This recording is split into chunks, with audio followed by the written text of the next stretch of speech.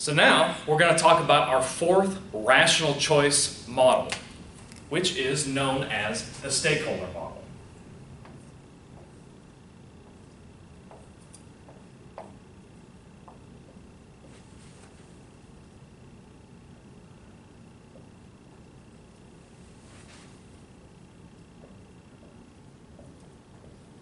Now notice how I spell stake, S-T-A-K-E, okay? A lot of my students, for some reason, spell it S-T-E-A-K. Like, how would you like your steak held? Well done, thank you very much. No, different spelling. The other stakeholder model might be an interesting model, but it's beyond the scope of this course.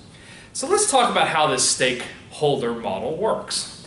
And just as kind of a side note before I start drawing it on the board, it is typically the most common of the models that you'll see in corporate America. I'm not saying it's more right or wrong than any of the other models, but it seems to be the most common. In fact, I can almost guarantee at some point in your managerial careers you will see a stakeholder map. So in the stakeholder model, you've got a corporation in the middle, and it is balancing a variety of interests between what we call stakeholders.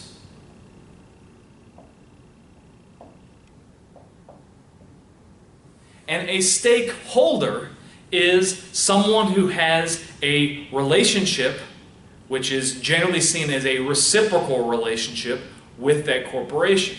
And we can look at stakeholders as falling into two types. We have a primary stakeholder and secondary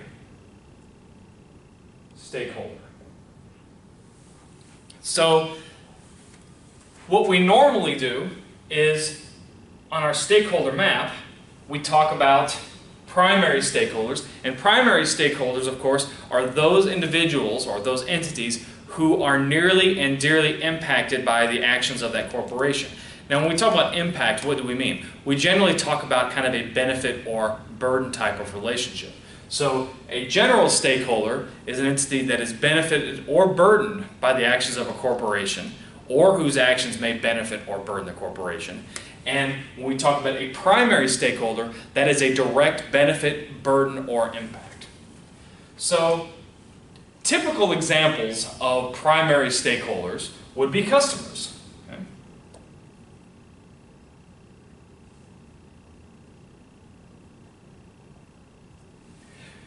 You could also look at stockholders or owners.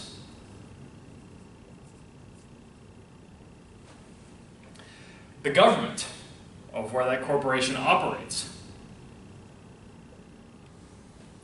You could talk about employees.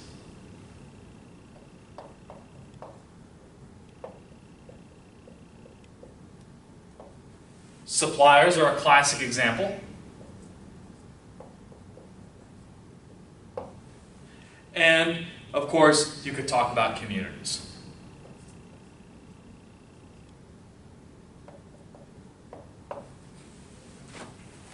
Now, these are just some examples. Every corporation will have their own stakeholder map, and will have a different array of primary stakeholders.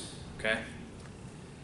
Now, of course, then we have secondary stakeholders. Those are individuals who are indirectly impacted, benefited, or burdened reciprocally by the actions of that corporation.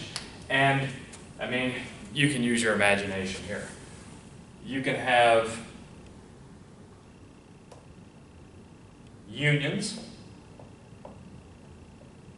the church,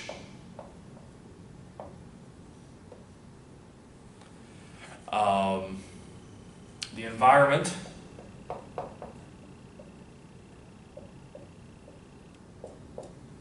and the list goes on and on and on. Some people also talk about tertiary stakeholders.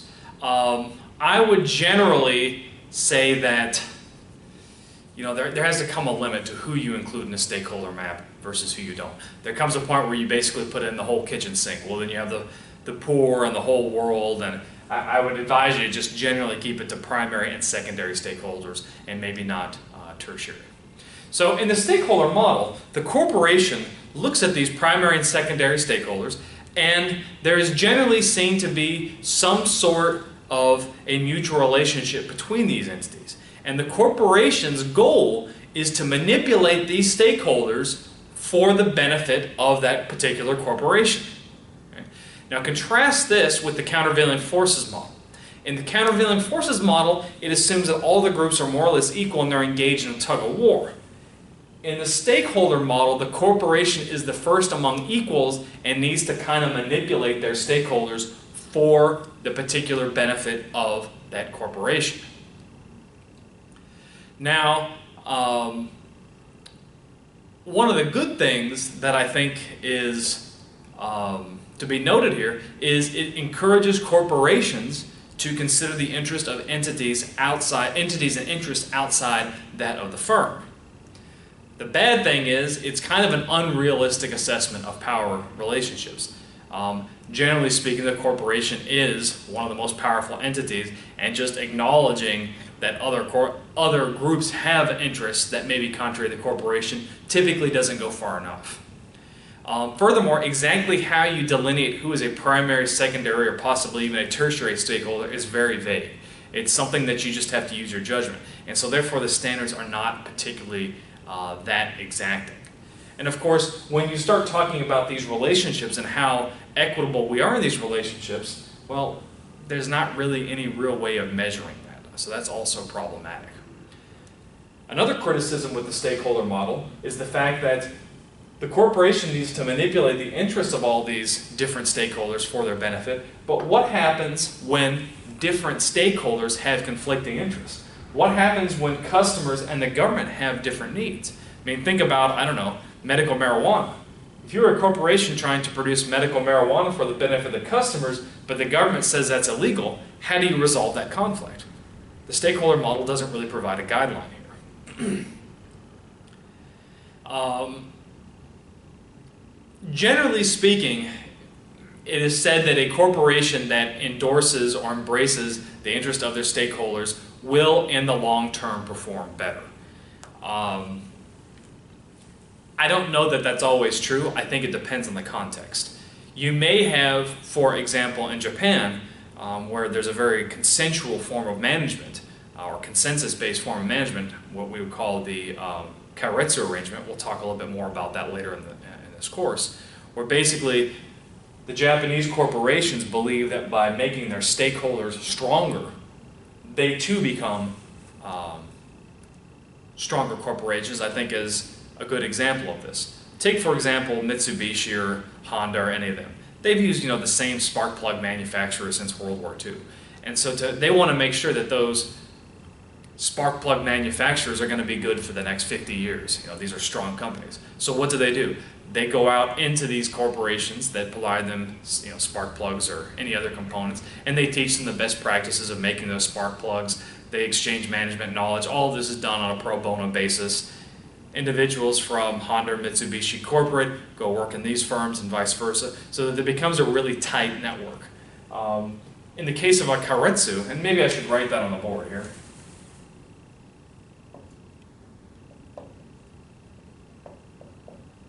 So this would be a potential theory that you could use, Keiretsu.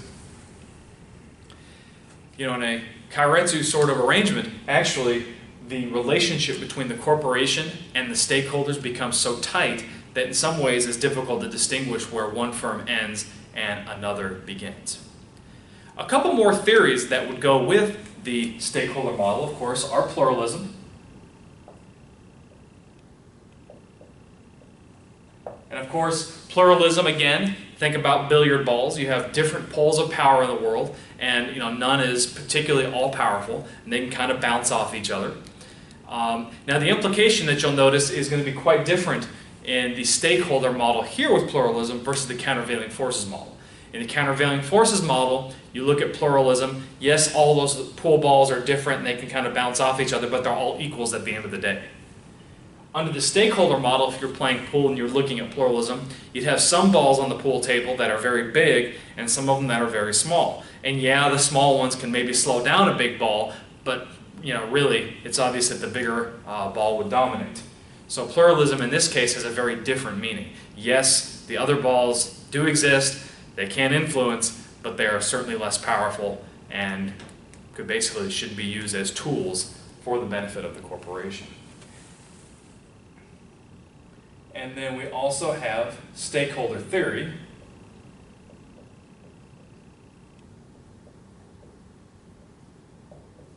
which basically says that a corporation is at the middle. It's more or less an elaboration. That a corporation is the first among equals between the stakeholders, and that they should manipulate stakeholders for the benefit of the corporation.